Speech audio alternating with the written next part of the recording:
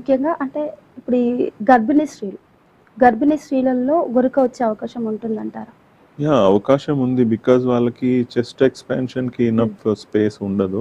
So, దానివలన snoring వస్తది. But that's temporary only. Okay. They will slowly recover after delivery. వెళ్ళిపోతుంది. Yeah! ఆ టైంలో మాత్రమే ఉంటుంది. యెస్. ఓకే. మరి గుండెకి సంబంధించి అంటే హార్ట్ ప్రాబ్లమ్స్ ఉన్న వాళ్ళలో కూడా ఈ సమస్య వస్తుందంటారా? It's other way around. Actually snoring వలన గుండె ప్రాబ్లమ్స్ వస్తాయి. హ్మ్. సో, స్లోగా అది హైపర్‌టెన్షన్ లాగా స్టార్ట్ అయితది. Hmm. Then that will lead to arrhythmia. గుండె కొట్టుకోవడంలో హ్మ్. మార్పులొస్తాయి. స్లోగా that will eventually lead to heart attack as well. అంటే hmm. It's a slow killer అన్నమాట. హ్మ్. ఓకే. మరి ఇంతకు ముందుల అంటే మనం మాట్లాడుకున్నాం ట్రీట్మెంట్ అంతా అయిపోయిన తర్వాత అంటే ట్రీట్మెంట్ తీసుకున్న తర్వాత గూడా మళ్ళీ ఈ గురకనేది పూర్తిగా తగ్గుతుందంటారా? మళ్ళీ వచ్చే అవకాశం ఉంటుందంటారా? ఈ ప్రొసీజర్ చేయించుకున్న తర్వాత వెయిట్ గెయిన్ అవ్వకుండా చూసుకోవడం చాలా ముఖ్యం. హ్మ్. బికాజ్ వెయిట్ గెయిన్‌తోని ఏమైతది మళ్ళా tongue base swelling, soft tissue swelling అనేది స్టార్ట్ అవుతది. సో, వెయిట్ లాస్ అవ్వాలి, వెయిట్ మేనేజ్ చేసుకోవాలి. హ్మ్. అదేవిధంగా ఈ సర్జరీ గూడా అవసరం ఉంటే చేయించుకోవాలి. Okay. We will guide the patient accordingly. Okay. Call తీసుకుందాం డాక్టర్ గారు. యాహ్! గణేష్ హైదరాబాద్ నుంచి. గణేష్ గారు నమస్తే అండి. నమస్తే అండి. నమస్తే. మీ సమస్య ఏంటో డాక్టర్ గారితో మాట్లాడండి. డాక్టర్ గారు నమస్కారం అండి. నమస్తే సార్. ఇప్పుడు మా బ్రదర్ ఒక ఆయన ఉన్నారండి.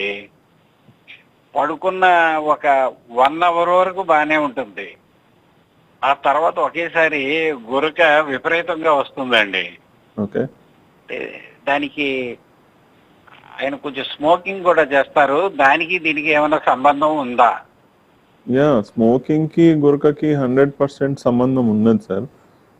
ఒబేస్‌గా ఉన్నారా ఆయన? లావుగా ఉంటారా? కొంచెం అలా ఒబేసిటీ ఉంటుంది. పొట్ట అది ఉందండి. యాహ్! సో, పొట్ట విత్ స్మోకింగ్ అనేది ఇట్స్ డెడ్లీ కాంబినేషన్. దానివల్లనే స్నోరింగ్ వస్తా ఉంది సార్. ఒకసారి ఎండోస్కోపీ చేయాలి. ఎక్కడ సాఫ్ట్ టిష్యూ వదులుగా ఉంది అనేది మనం చెక్ చేసి దానికి సంబంధించిన ట్రీట్మెంట్ సజెస్ట్ చేస్తాం sir. Yeah! Thank you Ganesh గారు కాల్ చేసినందుకు. మరి డాక్టర్ గారు ముఖ్యంగా అంటే ఇప్పటి వరకు మనం గురక సమస్యల గురించి చిన్న పిల్లల్లో కానీ, పెద్దవాళ్ళలో గానీ గురించి మాట్లాడుకున్నాం. ట్రీట్మెంట్ అయితే ఏంటి, మెడిసిన్స్, సోషల్ మీడియా అన్నీ మాట్లాడుకున్నాము. ప్రధానంగా చివరిగా ఏంటంటే మన ప్రేక్షకులకు గురకకు సంబంధించి మీరిచ్చే ప్రధాన సలహాలు, సూచనలు ఏంటో చెప్పండి. యాహ్! ఒకటే సలహా వెయిట్ గెయిన్ అవ్వకుండా చూసుకోవడము. చిన్న పిల్లల్లో ఒకవేళ గురక ప్రాబ్లం ఉంటే ఇమ్మీడియట్‌గా డాక్టర్‌ని సంప్రదించడం. కొంతమందికి అపోహ ఉంటది. అడినాయిడ్స్ 11, 12 ఇయర్స్‌కి అవే వెళ్ళిపోతాయి గదా! దీన్ని అడ్రెస్ చేయాల్సిన అవసరం ఏముంది అని అనుకుంటుంటారు. నాట్ ఓన్లీ పేషెంట్స్, డాక్టర్స్ కూడా కొంతమంది ఇదే మైండ్ సెట్‌తోని ఉంటారు. బట్ ఇర్రివర్సబుల్ డ్యామేజ్ అయితది. పేషెంట్ ఓవరాల్ వెల్ బీయింగ్ అనేది హ్యాంపర్ అయితది. సో, అడినాయిడ్ ఇష్యూని చాలా ఎమర్జెన్సీగా ట్రీట్ చేసి అడ్రెస్ చేసుకోవాలి. అండ్ ఇకపోతే స్నోరింగ్ ఇష్యూ గురించి భయపడాల్సిన అవసరం లేదు.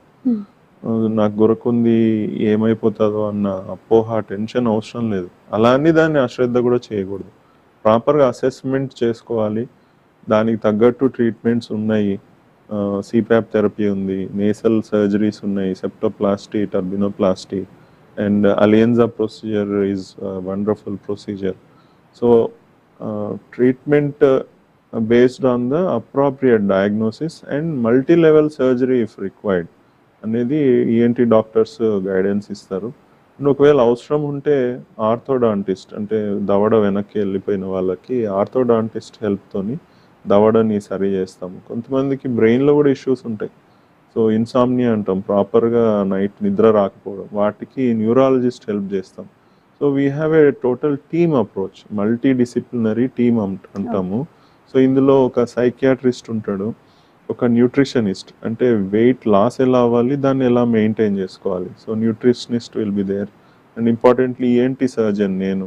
I will thoroughly evaluate the patient. If required we operate, if not మనం సిపాప్ అనే డివైస్ ఇస్తాం.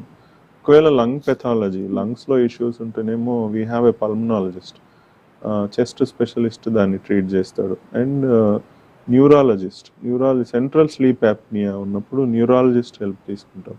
And finally psychiatrist. కొంతమంది మూడ్ డిస్టర్బెన్సెస్, కొంతమంది యాంటీసైకోటిక్ డ్రగ్స్ మీద ఉంటారు. సో వాళ్ళకి సైకియాట్రిస్ట్ హెల్ప్ తీసుకుంటాం. ఇలా ఒక 6 మెంబర్ టీమ్ ఉంటుంది. అవసరమైతే సర్జరీకి ముందు కార్డియాలజిస్ట్ని కూడా ఇన్వాల్వ్ చేస్తాం.